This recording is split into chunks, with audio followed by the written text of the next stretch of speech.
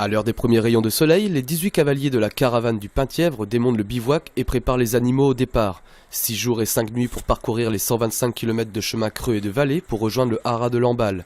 Un voyage dans le temps au plus près de la nature et des animaux à la vitesse moyenne de 5 km/h. Alors le but c'est de revenir aux origines du voyage, puisque il n'y a aucun véhicule d'accompagnement. Les animaux ce sont les animaux qui portent les bagages. Donc c'est l'esprit originel du voyage, c'est un peu l'esprit, on va dire, des pionniers du Far West, ou des bergers quand ils allaient en transhumance, ou des colporteurs cévenols, ou des choses comme ça. C'est l'animal qui transporte tout notre matériel.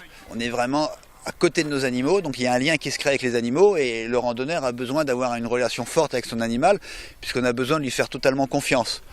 Quand il y a un passage difficile, on est dans les Côtes d'Armor, on pourrait être en Ariège, on pourrait être dans les Alpes, donc on a besoin de faire totalement confiance à notre animal, donc la relation doit être forte. Donc quand on dort à proximité de l'animal, la relation s'établit.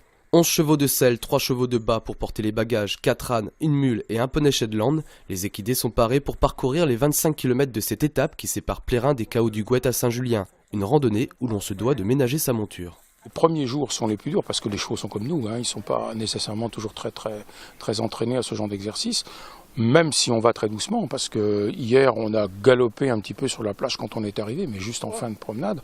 Autrement on a fait, on va dire, 95% de la promenade au pas. Un âne ou un cheval a besoin de brouter en gros 12 à 14 heures par jour.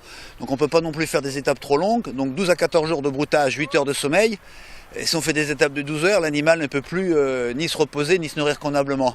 Donc il faut que les étapes restent raisonnables. Donc pas plus de 6-7 heures de route en fin de compte. À ce jour, les Côtes d'Armor comptent près de 2500 km de randonnée équestre balisée.